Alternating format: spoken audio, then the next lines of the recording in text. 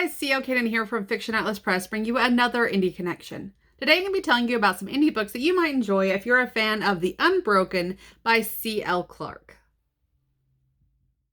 The first book I have for you is called Apprentice, The Last Witch of Rome by Rhett Gervais. Betrayed by an empire she was sworn to defend, enslaved by an emperor she was meant to protect.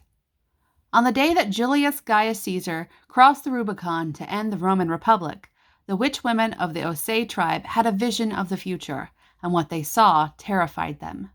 To protect the world, they allied with the new dictator of Rome. In return for destroying his enemies and securing his empire, he would allow a single djembe to serve at his side, to use her magic to guard against the encroaching chaos they knew would one day come. Vesper's destiny was to serve at the emperor's side, but when the mad Emperor Commodus comes to power, he doesn't believe in magic and old fairy tales. In a fit of rage, he destroys her people and orders her execution, just as a dark tide takes hold of Rome. Now, with the world in peril, Vesper must do the impossible, survive her execution, and save an empire that has betrayed her. The second book I have for you is called The Language of Spears by DeAndre August. Can a kingdom whose supremacy thrives on a tradition of war really learn peace? In the esteemed Moon Empire, the Ascari are an elite rank of widely revered generals sworn to protect the kingdom. For Amani Malachi, renown and admiration are only half the burden borne for being the most respected of these soldiers in an empire built on the ruins of its enemies, and that burden is about to get even heavier. As the kingdom's capital, Komazi becomes the epicenter of King Afar's new way. The people are forced to diverge from their martial traditions and adopt a peaceful lifestyle. But the Moon Empire was built on blood and ashes. A treasured member of the king's closest circle, Amani is angered by the decision as it threatens to leave the empire vulnerable to enemy assault. Worse yet, the nearby kingdom of New Esther has seen the rapid ascent of a false king whose dangerous ambition looms on Komazi's horizon. And after a mysterious mercenary known as the Cat appears in town, the reality of the false king's monstrous force is laid bare for Amani to see. The choice is simple: accept King Afar's new way, or disobey the king and protect his home.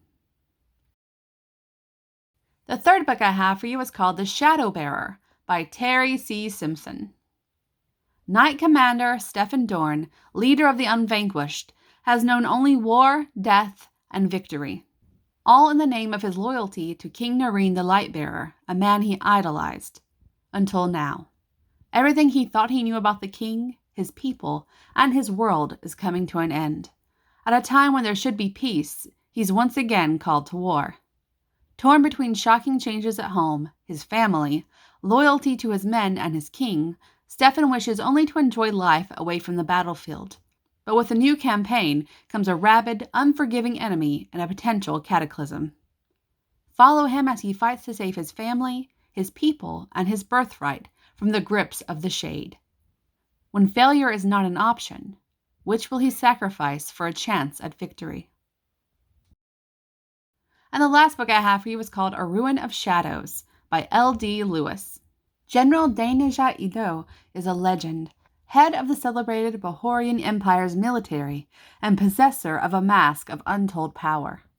She has raised her shadow army of 7 assassins from childhood, but mounting disillusionment over a life of brutality, a petulant emperor, and a prodding from the artful Jin force her to defy orders for the first time in her 30-year career.